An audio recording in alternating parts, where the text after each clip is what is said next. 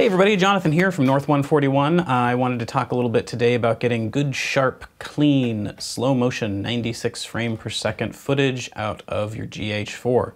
I don't know about you, but one of the big reasons that I bought it was to get that good, clean, slow motion footage that is proper, over-cranked 96 frames per second.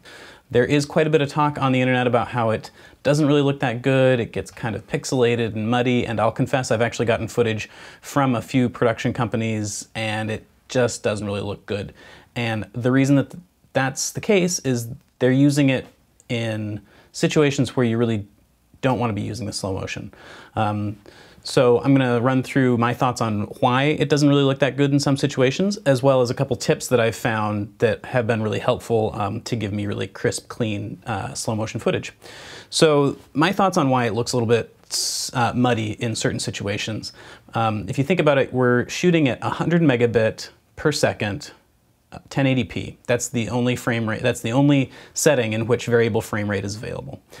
And it's expecting 30 frames per second, 24, 25 frames per second. As soon as you crank that up to 96 frames per second, you're now trying to pull 4 times as many frames out of that sensor as you had been. So now your 100 megabits per second is now being spread across 96 frames instead of just being spread across 24 frames. So the math says that's fewer bits per frame. So a couple of tips for how to get sharper, more contrasty images that don't start to look muddy. The first, low depth of field. So you want to shoot long lenses, wide open, that kind of stuff, so that you've got really good contrasts and separation between subject and background. The softer the background, the sharper the subject's going to look.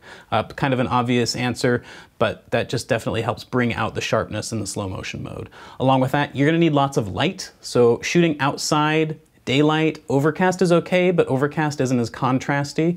You want to think about what your shutter speed is, because once you start shooting 96 frames per second, you're going to need to be shooting at least 1/200th to get properly exposed, non-blurry frames. You can go higher than 200 because in a lot of cases, you might need to be capturing footage where your subjects are moving past it faster than 1/200th.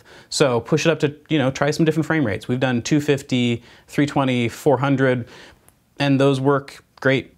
And my last tip, don't go above ISO 800 because that starts to introduce quite a bit of artifacting into the picture. If you want the sharpest, most contrasty slow motion images, shallow depth of field, lots of light. If you're trying to focus on a big, long landscape scene in slow motion, it's going to end up looking muddy.